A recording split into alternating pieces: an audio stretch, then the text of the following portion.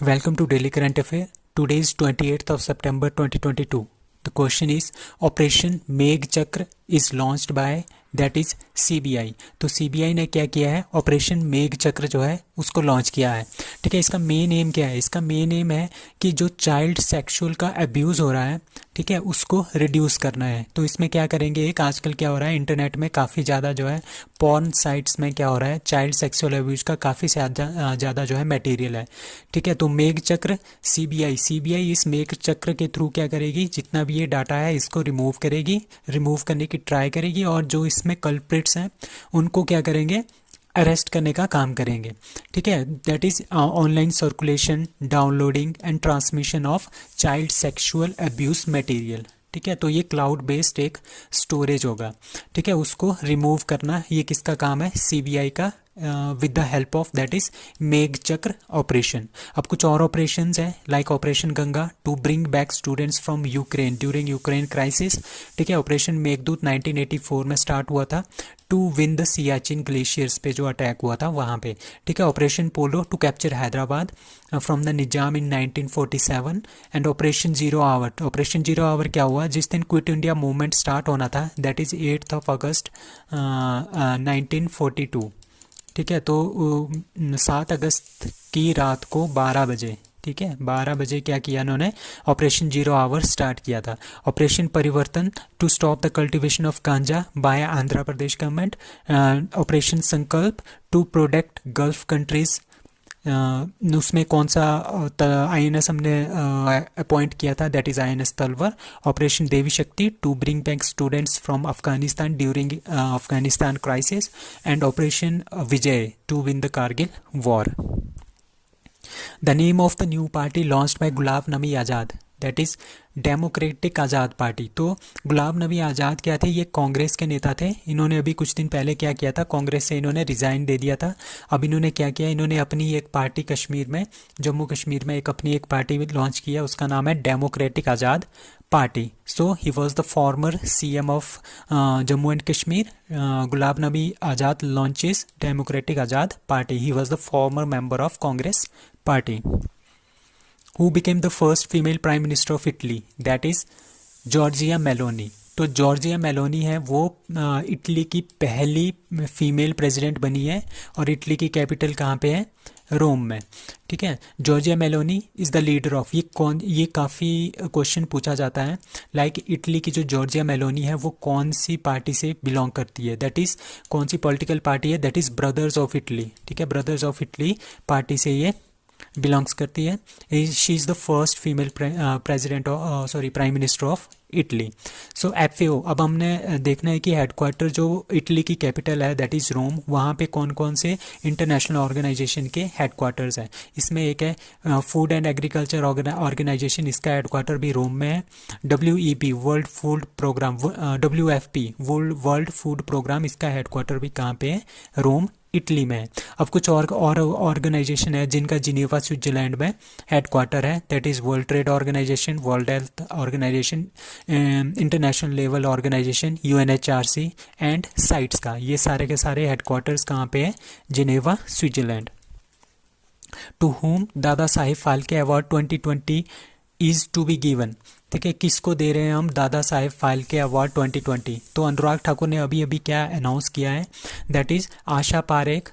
ठीक है, जो हिंदी फिल्म से सिनेमा की एक्ट्रेस हैं उनको क्या दिया जाएगा, दादा साहब फाल्के अवार्ड 2020 दिया जाएगा। तो 1989 में दादा साहब फाल्के अवार्ड लता मंगेशकर को दिया गया था, क्योंकि अभी अभी इनकी डेथ हुई है, तो ये काफ़ी इंपॉर्टेंट क्वेश्चन बन जाता है। तो दादा साहब फाल्के अवार्ड 2018 में अमिताभ बच्चन को मिला था, 2019 में रजनीकांत को मिला था, ये भी आपने याद रखना है। दादा साहेब फाल्के अवार्ड 2020 किसको मिल रहा है, दैट इज आशा पारेख को। डेब्यूटेंट, सबसे पहले इन्होंने डेब्यूट कब किया था, पहली इनकी फिल्म थी माँ 1952 में, एज ए चाइल्ड आर्टिस्ट इन्होंने काम किया था, और इनको पद्मश्री भी मिला है 1992 में। अब 68 नेशनल फिल्म अवार्ड के बारे में बात करते हैं। बेस्ट मूवी कौन सी थी, सोराराईपट्टू। बेस्ट एक्टर अजय देवगन और सूर्या को मिला था। And best popular film providing wholesome entertainment, that is Tanaji, जिसके लिए अजय देवगन को बेस्ट एक्टर का अवार्ड भी मिला था। बेस्ट एक्ट्रेस कौन थी, Aparna Balamurali for Soorarai Pottru. So Indian Railway is installing a real-time train information system developed in collaboration with, ठीक है। तो जो इंडियन रेलवे है वो real time train information system जो है वो लॉन्च कर रही है। वो किसकी हेल्प से इन्होंने बनाया है? दैट इज़ इसरो की हेल्प से इन्होंने ये बनाया है। रियल टाइम का मतलब क्या होता है? रियल टाइम का मतलब होता है कि एट दैट इंस्टेंट, मतलब कि अभी अभी, ठीक है। जिस तरह से सपोज करो हमारे पास एक ट्रेन है, वो हमारे पास इस टाइम दिल्ली में है, ठीक है, और हम यहाँ पे बैठे हैं, लेट अस सपोज हम जम्मू एंड कश्मीर में बैठे हैं, ठीक है। अब हम क्या करेंगे? अब जम्मू एंड कश्मीर से हमारे को एग्जैक्ट लोकेशन का पता नहीं चलेगा ना कि कहाँ पे हमारी ट्रेन है, कौन सी लोकेशन में, दिल्ली के कौन से पार्ट में हमारे पास ट्रेन है। तो जो ये रियल टाइम इंफॉर्मेशन सिस्टम है, ये क्या बताएगा हमें? बैठे बैठे हमारे कंप्यूटर में ये बता देगा कि इसकी जो लोकेशन है वो दिल्ली के किस पार्ट में है, जो ये ट्रेन है ये दिल्ली के किस पार्ट में है। इसको बोलते हैं रियल टाइम ट्रेन इंफॉर्मेशन, ठीक है। इस पर्टिकुलर इंस्टेंट के टाइम में ट्रेन हमारे पास कहाँ पे पहुँची है, ठीक है। तो ये बताएगा, ठीक है। इसरो की हेल्प से इन्होंने इसको बनाया है, ठीक है। ये लोकेशन बेस्ड होता है, ठीक है। इससे हमारे पास पता चल जाएगा कि ट्रेन हमारे पास कहाँ पे पहुँची है, कितना डिस्टेंस रहा है, तो ये सब कुछ जो है हमारे पास इसके थ्रू पता चल जाएगा। अब इसरो के चेयरमैन कौन है? S Somnath. ISRO foundation date 15 अगस्त 1969 को इसरो की स्थापना हुई थी। इसरो के फाउंडर थे doctor Vikram Sarabhai. Second nano fertiliser plant is going to be setup in, ठीक है। सेकंड नैनो फर्टिलाइजर प्लांट की बात हो रही है। तो फर्स्ट, हम पहले की बात करते हैं। फर्स्ट कहाँ पे हुआ था? फर्स्ट हुआ था गुजरात में। गुजरात में एक जगह है उसका नाम है कलोल, ठीक है। वहाँ पे सबसे पहला नैनो फर्टिलाइजर प्लांट खोला गया था, उसको बोला था हमने नैनो यूरिया प्लांट, ठीक है। तो अब दूसरा कहाँ पे खुला है? दैट इज़ प्रयागराज में। प्रयागराज कहाँ पे है? यूपी में। तो प्रयागराज के एक जगह है उसका नाम है फूलपुर, वहाँ पे हम क्या बना रहे हैं? सेकंड नैनो फर्टिलाइजर प्लांट बना रहे हैं। और ये कौन बनाता है? ये बनाता है इफ़को। इफ़को मतलब कि Indian farmer fertiliser cooperative limited जो है, ये इसको बनाता है। ये हमने 1967 में बनाया था। इसका हेडक्वार्टर है न्यू दिल्ली में। अब कुछ और क्वेश्चन है यूपी से रिलेटेड। First para badminton academy of India that is Lucknow में। फर्स्ट नाइट सफारी वो भी लखनऊ में, सिंगापुर के तर्ज पे ये बना हुआ है। First tourism capital of Shanghai corporation organisation that is Varanasi. और 2023 में इसके एससीओ की बैठक कहाँ पे हो रही है? इंडिया में। अभी 2022 में हुई थी उज्बेकिस्तान में, समरकंद उज्बेकिस्तान में। और इंडिया और पाकिस्तान 2017 में इसके मेंबर बने थे। और लेटेस्ट जो मेंबर है वो है ईरान एससीओ का, ठीक है। BrahMos manufacturing plant that is in Lucknow. First Amrit Sarovar जो है इंडिया की दैट इज़ रामपुर में बना था यूपी में। और अमृत सरोवर के केस में यूपी सबसे फास्ट कंट्री है, सबसे पहली स्टेट है जिन्होंने काफ़ी अच्छे तरह से इसको इम्प्लीमेंट किया है। So the 9 day festival Bathukamma started in. तो हमने पढ़ा था कि बथुकम्बा जो है वो कहाँ पे होता है? बथुकम्बा जो है वो तेलंगाना का एक फेस्टिवल है, ठीक है। बथुकम्बा, तो ये 9 डे है, 9 डे फेस्टिवल है, ये आपने ध्यान रखना है।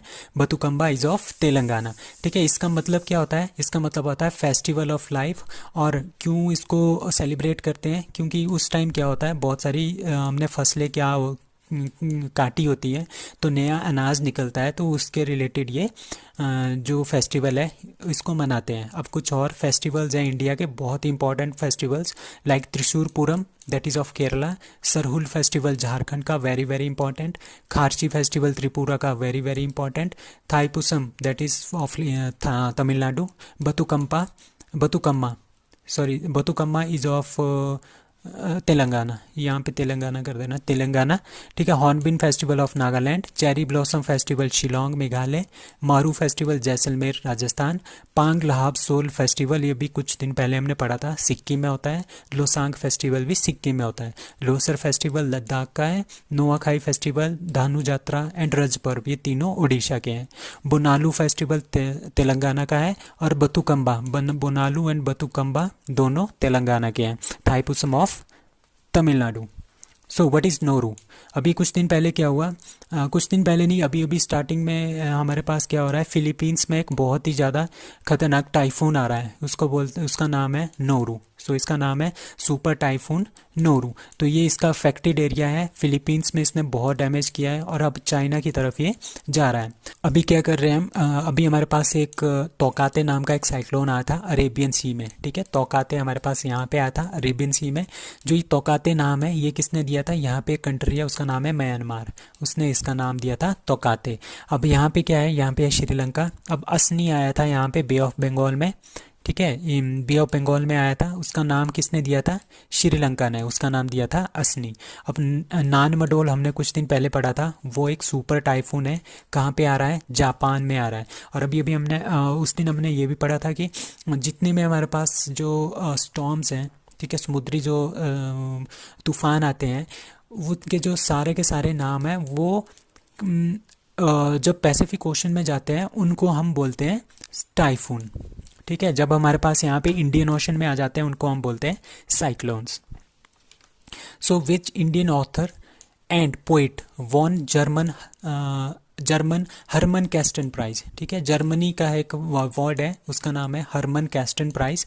वो किसने जीता है, वो एक इंडियन ऑथर है एंड एक पोइट है, दैट इज मीना कंडासामी, ठीक है। मीना कंडासामी को क्या मिला है, she is an Indian author and poet won German Hermann Kesten prize, ठीक है, मीना कंडासामी, ठीक है। तो ये कौन दे रहा है, that is PEN centre in Germany, Darmstadt, ये इसको दे रहे हैं, ठीक है। कंडास्वामी इज़ अ फेमिनिस्ट, ये फेमिनिस्ट है और एंटी कास्ट एक्टिविस्ट है, ठीक है, मतलब कि फीमेल की ये रक्षा करने के लिए आगे रहती है। एंड एंटी के कास्ट मतलब कि जो कास्ट से रिलेटेड प्रॉब्लम्स हैं उनसे ये उनको रिमूव करने के लिए काम करती है, ठीक है। जैसे हमारे पास जिस तरह के इश्यूज़ हैं हमारे पास इंडिया में, लाइक जेंडर, मतलब पूरे वर्ल्ड में like gender gap, caste relative sexuality, और क्या होता है, और जिस तरह से हमारे पास ब्राह्मण जो हमारे पास मानते हैं अपने आप को कि वो बहुत ही हाई क्लास के हैं, तो उनके रिलेटिव जो चीज़ें हैं वो रिजॉल्व करने के लिए ये काम करती हैं। बहुत सारी इन्होंने इसके लिए राइटिंग भी की है, पोइट्री भी की हुई है। So that's all for today, thank you.